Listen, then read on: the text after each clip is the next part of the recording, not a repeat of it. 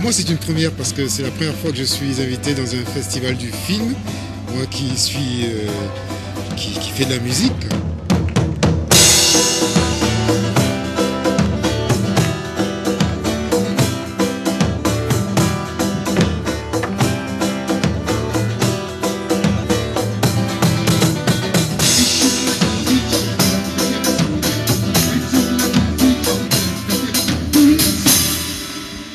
Je voulais vous saluer d'abord au nom de Martine Aubry, maire de Lille, et de Catherine Cullen, adjointe à la culture, qui se réjouissent avec toute la ville de Lille de pouvoir accueillir cette deuxième édition du Festival du film indépendant. Gage de diversité culturelle qui se traduit aussi dans ce croisement entre le cinéma et les autres disciplines et par la façon dont vous avez investi les différents lieux du festival. Le film africain est relativement peu connu, mérite d'être connu. Et très souvent, les gens qui voient un film sur l'Afrique et qui ne connaissent pas bien l'Afrique sont parfois un peu surpris. On est dans une période où quand même l'étranger n'est pas bien regardé et qu'à travers des initiatives comme ça, c'est faire apprécier la vraie richesse humaine qu'il y a partout dans le monde et qui est la bienvenue, y compris chez nous. Alors, deuxième édition, première édition que le Conseil régional finance. Vous, le CRAV, on a déjà initié un premier partenariat l'année dernière avec vous. Alors je rappelle peut-être en 2 mots le CRAF, c'est le Centre régional de ressources audiovisuelles, chargé d'aider et de développer tout ce qui est production audiovisuelle en région. Donc forcément il était bien normal qu'on soit partenaire et qu'on vous donne un coup de main. Je suis super content d'être venu, je suis super content d'apprendre que le festival monte, que les subventions rentrent. Parce que sans subvention, c'est encore plus difficile de faire des films indépendants, des festivals indépendants. Nous, quand on remonte, on l'a fait avec beaucoup de subventions. On l'a fait avec la région, notamment Nord-Pas-de-Calais. Je suis ravi d'apprendre que le CRAV participe activement à ce festival. Parce que y a le potentiel ici, il y a des gens, il y a une envie des gens de voir des films différents, de voir des films qu'on ne projette pas partout. Donc c'est super important. La programmation de ces films sénégalais qui va de 1960 à 2005 montre une diversité de production au Sénégal, mais surtout permet à ce public lillois de découvrir une cinématographie qui n'existe que depuis 40 ans seulement. Et je pense que c'est une très bonne chose. J'ai du travail sur les plans. J'ai trouvé du travail. Tous les ans, on souhaiterait comme ça mettre en place une thématique sociale, politique. C'était important pour nous de mettre des images sur des chiffres qu'on entend parfois aux infos. En fait, on estime le nombre de morts dans la mer Méditerranée à 10 000 depuis une quinzaine d'années. C'est assez vrai ce qui se passe, c'est-à-dire que quand ils peuvent penser que la barque va chavirer, c'est plus facile, ça évite de devoir enterrer les corps, essayer de retrouver les familles, toute une démarche qui coûte cher. C'est donc Anne Deloisy, journaliste d'investigation et qui a publié cet ouvrage qui est Bienvenue en France. Et c'est Bienvenue en France avec un point d'exclamation, c'est cynique. Ce film est quelque chose qui me tient énormément à cœur parce que j'ai mis vraiment 10 années pour le monter. Et ça, bon, je pense que le public l'a senti. Et effectivement, j'ai fait passer le sujet qui est un sujet quand même assez douloureux pour tous les gens qui viennent d'ailleurs. Et je l'ai fait passer avec humour. Et en même temps, bon, on ne peut pas faire que de l'humour dans la vie tout le temps. J'ai vu peu de réactions au niveau de quelques dirigeants, enfin des élites de cette société. S'ils ne font pas attention, moi je fais un petit film comme ça pour prôner la tolérance.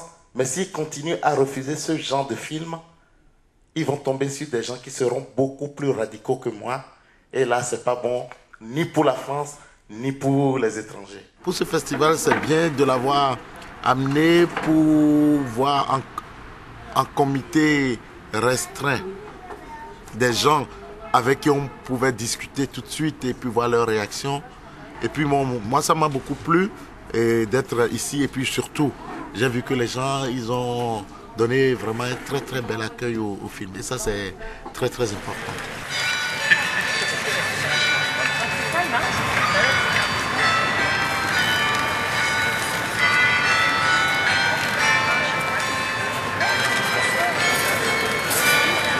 C'est ma ville, hein.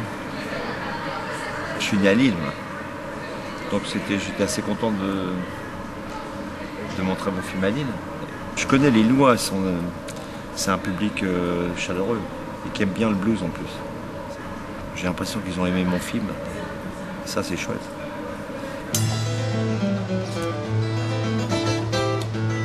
Je suis venue pour accompagner les films de mon père, donc Kodou et Diom, que j'ai revus en compagnie de mes enfants. Et ça a été très important pour moi. Qu'ils soient là, dans la salle avec moi, en train de voir les films de leur grand-père, ça c'était des grands moments pour nous.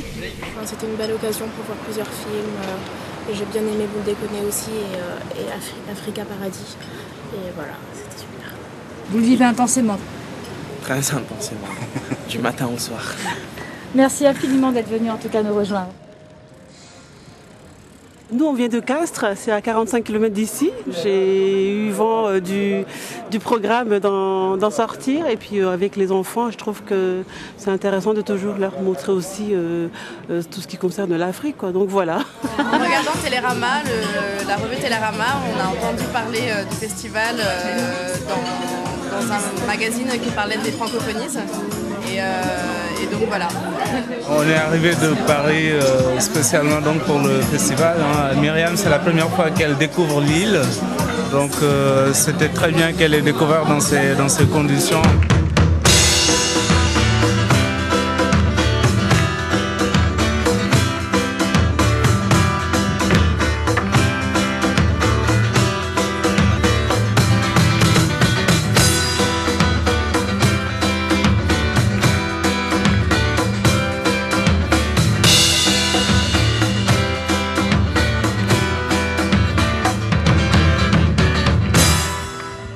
C'est Brel qui disait, quand on lui posait la question qu'est-ce que le talent, il disait le talent c'est d'avoir envie de faire quelque chose.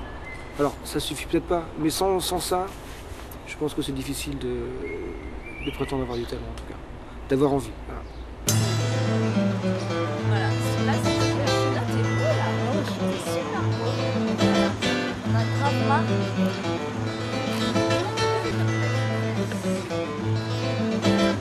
Nous sommes le 2 juillet 2006. Au Palais des Beaux-Arts de Lille. Donc la projection du film À ta rencontre, fait par des jeunes de Lille indépendants non subventionnés. Donc on est très content de participer à cette deuxième édition du festival du film indépendant de Lille. Et on attend un public, des réactions et on espère trouver un diffuseur, avoir un bon retour, pourquoi pas du public, ce serait bien ça, parce que c'est un peu l'objectif de trouver un public. Ma question c'est pour la réunion des vieux sages autour de l'arbre, où il y avait un arbre à côté. Et qu'est-ce qu'ils deviennent les gens comme celui qui était opposé au discours un peu religieux? La réponse c'était une sorte d'attaque directe au gouvernement sénégalais qui, à cette période-là, avait déjà commencé à poser le problème de la sécheresse, de mauvaises saisons de pluie, et commençait déjà à démissionner dans le domaine de l'agriculture. Je suis un ami d'enfance d'Abdé et c'est vrai qu'on ne s'était pas revu depuis longtemps. Et c'est ça qui est marrant par rapport au film, c'est que le film s'intitule À ta rencontre et c'est qu'autour de ça il y a une vraie rencontre. Je suis un grand fan de cinéma aussi en tant que spectateur et je voulais passer la barrière de l'écran et passer de l'autre côté pour devenir acteur, pourquoi pas pour un premier rôle dans un film indépendant. Donc ça m'a tout de suite intéressé. Vraiment pour le côté indépendant, de faire soi-même, pas pour le côté aucune rémunération, rien du tout. Donc ça m'a vraiment intéressé, j'étais motivé. Je conseillerais à la jeunesse actuelle d'être simple,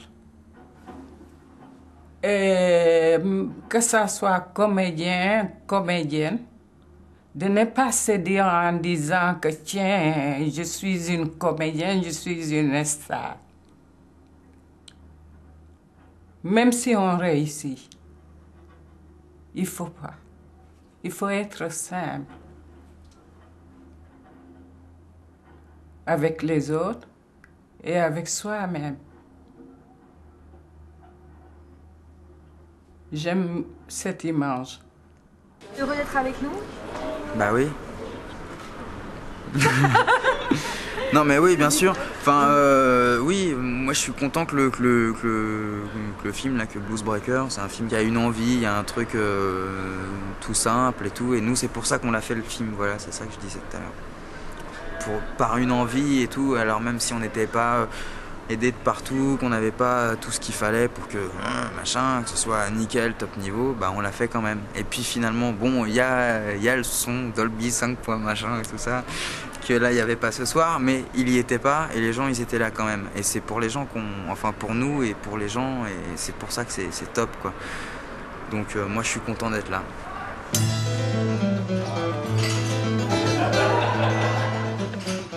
Il y avait différents cinémas peut-être il y a une trentaine d'années quand j'ai commencé. Donc il y avait des films avec des gros budgets, des films avec des moyens budgets, des films avec des petits budgets, des films avec des très petits budgets.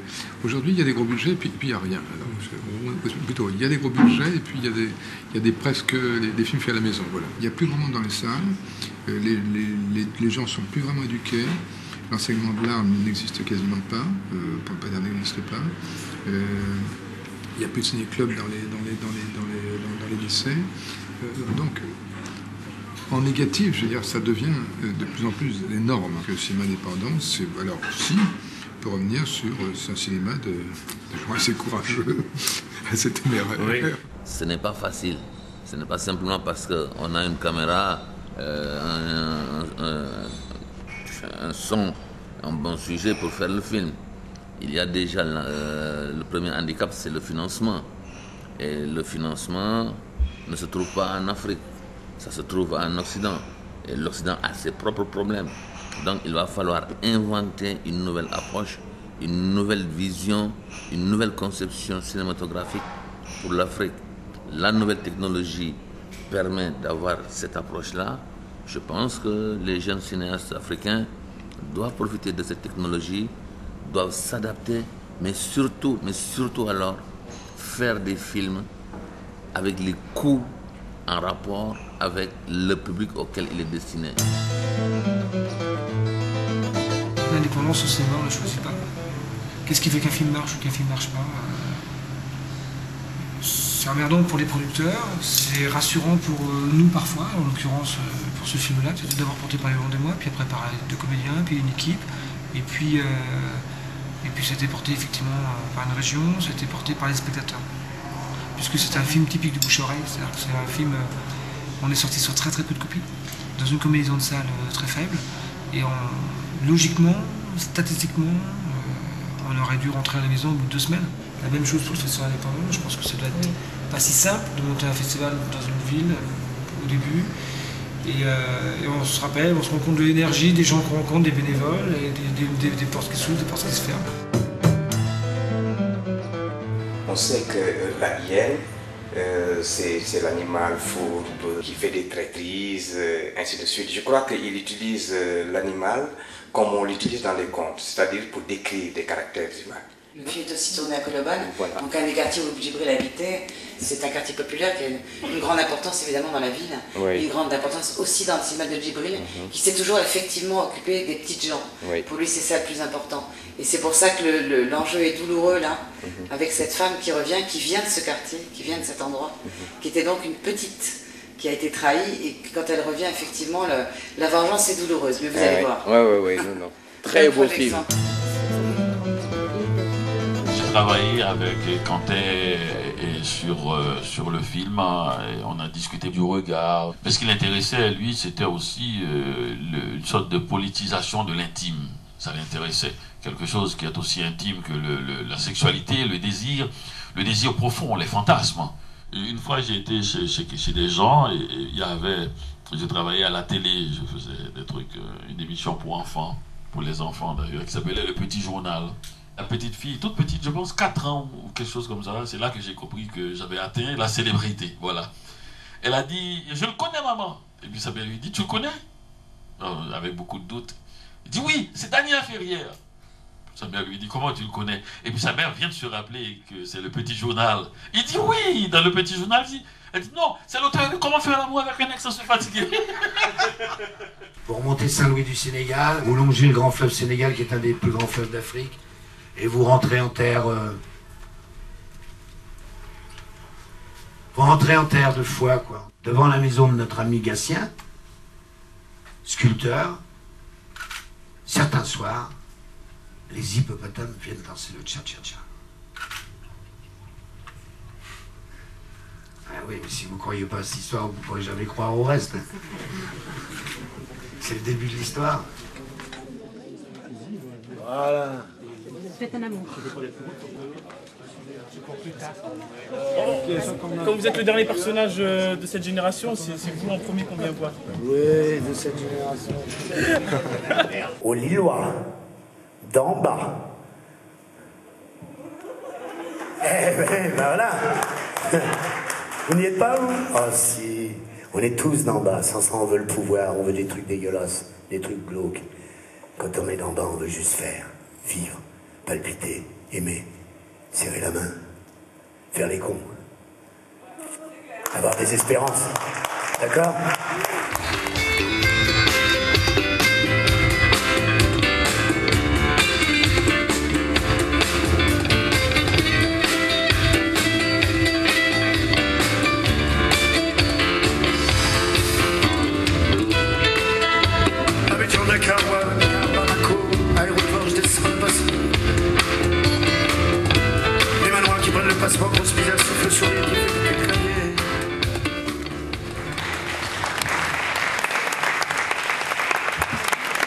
Disons que le cœur de la musique du film, c'est Junjai Rose. Hein, c'est cette suite rythmique, tang tang, rantang tang tang, puisque c'est ça l'hymne à l'amour tel que j'ai pu moi le rencontrer au Sénégal. Carmen, c'est vu du Sénégal, c'est une autre manière de vivre sa liberté, de vivre son autonomie. Et c'est une manière toute saint-luisienne de redéployer cette grande dame qui était Carmen à l'aune d'une culture musicale qui est la mienne, faite de percussions, faite de sentiments, faite de liberté.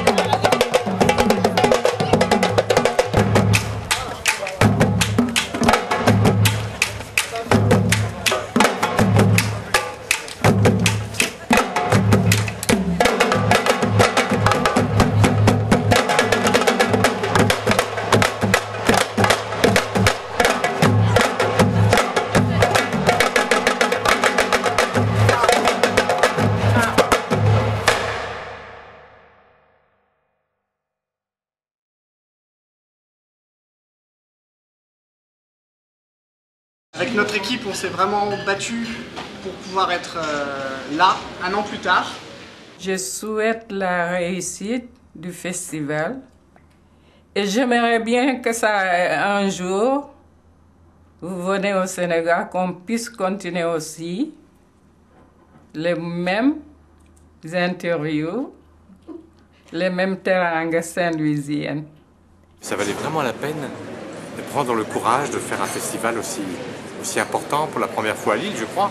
Aussi important, enfin, bravo. J'espère vraiment revenir prochainement ici avec un nouveau produit. Le danger, c'est de faire des films de festival. C'est-à-dire que les films ne sortiront pas en salle, mais on les verra dans les festivals. Donc on voit des films qui n'ont de vie qu'un festival. Je pense que l'indépendance permet d'essayer de rester sincère, en tout cas de rester... Enfin, voilà. Il faudrait que ça ait la notoriété qui soit à la hauteur de sa qualité, en fait, de son objectif, quoi. Ça, c'est très important, en fait. Et que ça touche ceux qui ont les oreilles et les yeux pour entendre. Pour le plaisir de partager ces moments festival, ces moments cinéma que vous offrez au public de Lille, oui, pour cela, oui. Moi, je suis très heureuse d'être là, voilà. Vraiment, c'est une chance. Bon, t'es heureux d'être avec nous?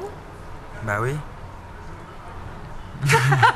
Une belle programmation, félicitations encore pour cette deuxième édition et on sera encore là pour la troisième, si vous voulez bien de nous. Je souhaite une très très longue vie au festival indépendant de Lille. Et en même temps, je profite pour remercier tous les bénévoles parce que je pense que sans ces bénévoles, il n'y aurait pas de festival. Et c'est très bien parce que ça prouve encore qu'il y a des gens qui ont du cœur et qui sont aussi très très généreux. Je vous remercie beaucoup. Voilà.